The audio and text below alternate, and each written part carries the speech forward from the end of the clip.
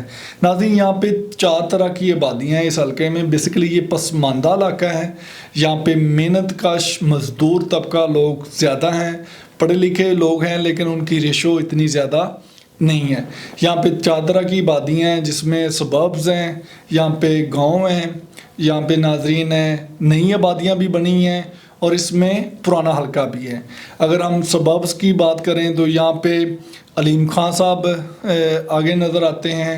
اگر نئی آبادیوں کی بات کریں تو یہاں پہ پاکستان تحریک انصاف ہمیں آگے نظر آتی ہے، اس کے حمایت یافتہ جو پینل ہے۔ اگر ہم پرانے حلقے کی بات کریں تو وہاں سے مسلم لیگ نواز کا نظریاتی ووٹ ہے، اور اگر ہم گاؤں کی بات کریں ناظرین تو وہاں پہ دھڑے کا ووٹ موجود ہے، جہاں پہ چونکہ 35% ٹریڈیشنل ووٹ جو دھڑا بندیوں کا ووٹ ہوتا ہے تو وہ بھی یہاں پہ میٹر کرتا ہے۔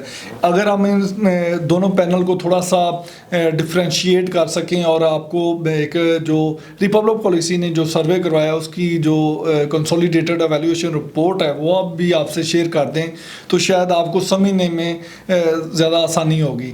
علیم خان یہاں پہ کہہ لیں کہ یہاں کے لوکل نہیں ہیں، اسی طرح یہاں پہ پاکستان تحریک انصاف کا کوئی بھی 2018 سے لے کے آنورڈ تک، 2018 میں بھی ان کا اپنا یہاں کا لوکل جو امیدوار نہیں تھا، تب ان کے مہر واجد عظیم صاحب تھے جو کہ میرے خیال سے گلشن راوی کے ریزیڈنٹ رہائشی تھے، انہوں نے یہاں سے الیکشن لڑا۔ یہاں پہ چوری سرور صاحب چوری سرور صاحب ہیں جو ایکس گورنر پنجاب بھی رہے ہیں، اور وہ پاکستان تحریک انصاف کا حصہ بھی تھے۔ ان کی ایک فاؤنڈیشن بھی ہے سرور فاؤنڈیشن، وہ بھی یہاں کامکاری بذات خود چوری سرور نے یہاں پہ کام کیا۔ اسی طرح یہاں پہ چوری ابرار اللہ حق صاحب جو مشہور گلوکار بھی ہیں اور پاکستان تحریک انصاف کا کبھی حصہ تھے، انہوں نے بھی یہاں پہ کافی کام کیا ہے، اور اس کے ساتھ ساتھ اکمل خان باری صاحب نے بھی یہاں پہ کام کیا ہے۔ یہاں پہ جو پی ٹی آئی کی ایک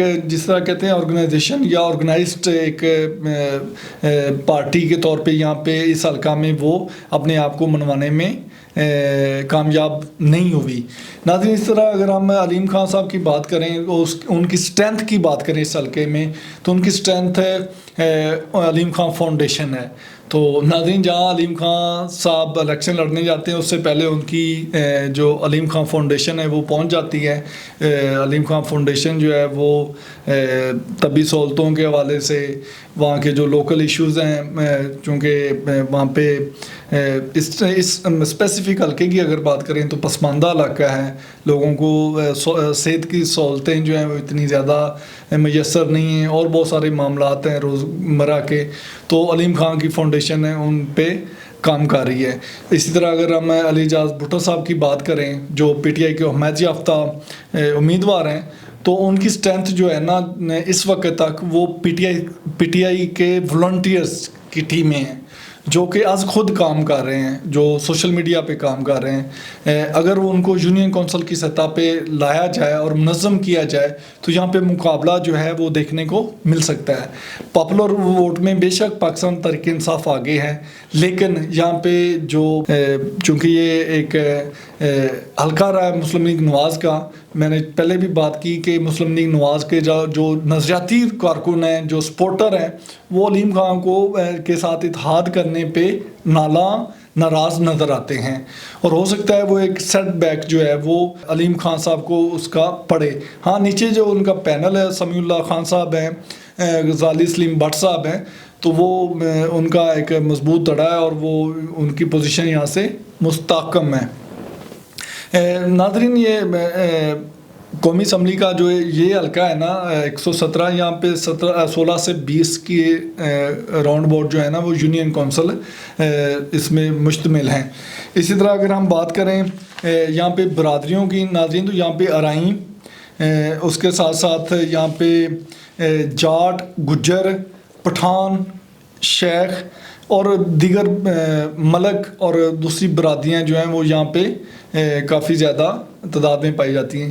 ناظرین یہ جو حلقہ 117 کا نا یہ مختلف علاقوں سے مختلف قبیلوں سے لوگ اٹھ کے یہاں پہ رہائش پذیر ہوئے ہیں۔ بنیادی طور پہ یہ ایک پسماندہ علاقہ ہے، بیکورڈ ایریا ہے۔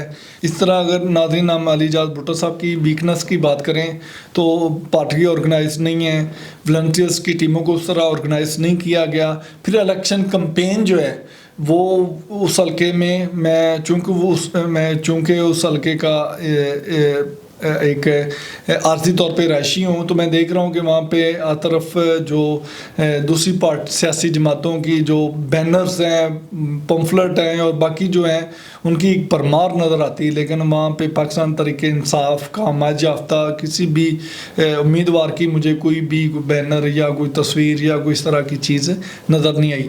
تو الیکشن کمپین جو ہے وہ بہت زیادہ میٹر کرتی ہے کہ آپ الیکشن کمپین کیسے کر رہے ہیں۔ ہاں آپ اگر آپ ڈیجیٹل کمپین کر رہے ہیں تو اس کا تو جو پاپولر ووٹ ہے اس پہ اثر پڑے گا، لیکن جو دھڑا بندی کا ووٹ ہے یا جو باقی ووٹ ہے اس کو شاید اتنا زیادہ فرق نہ پڑے جب تک آپ ڈور ٹو ڈور کمپین نہیں کریں گے۔ اس حلقے کی صورتحال فی الوقت تو جو نظر آ رہا ہے ریپبلک پالیسی کے ایویلیوشن رپورٹ میں بھی وہ یہی ہے کہ وہ علیم خان کو اس میں ایڈوانٹیج حاصل ہے۔ ہاں اگر تحریک انصاف کا جو حمایت یافتہ پینل ہے وہ اگر کوشش کرتا ہے اور وہ اگر اپنی کمپین کو مینج کرتا ہے اور منظم کرتا ہے اور اپنے والنٹیئرس ٹیموں کو موبلائز کرتا ہے تو یہاں کی صورتحال جو ہے وہ چینج ہو سکتی ہے۔ باقی جو فائنل رزلٹ ہے وہ ناظرین 8 فروری 2024 کو ہی نظر آئے گا، لیکن یہاں اس حلقے کی اگر ہم بات کریں تو 117 میں اس وقت علیم خان کا پینل جو ہے نا وہ مضبوط نظر آ رہا ہے۔ ناظرین یہی آج کے حلقے کی اوورال صورتحال تھی جو میں نے آپ سے شیئر کی۔ امید کرتا ہوں کہ آج کا پروگرام آپ کو اچھا لگا ہوگا۔ اپنے فیڈ بیک سے لازمی نوازیے گا۔ اگلے پروگرام تک کے لیے مبشر ندیم کو اجازت دیں۔ اللہ آپ کا حامی و ناصر ہو۔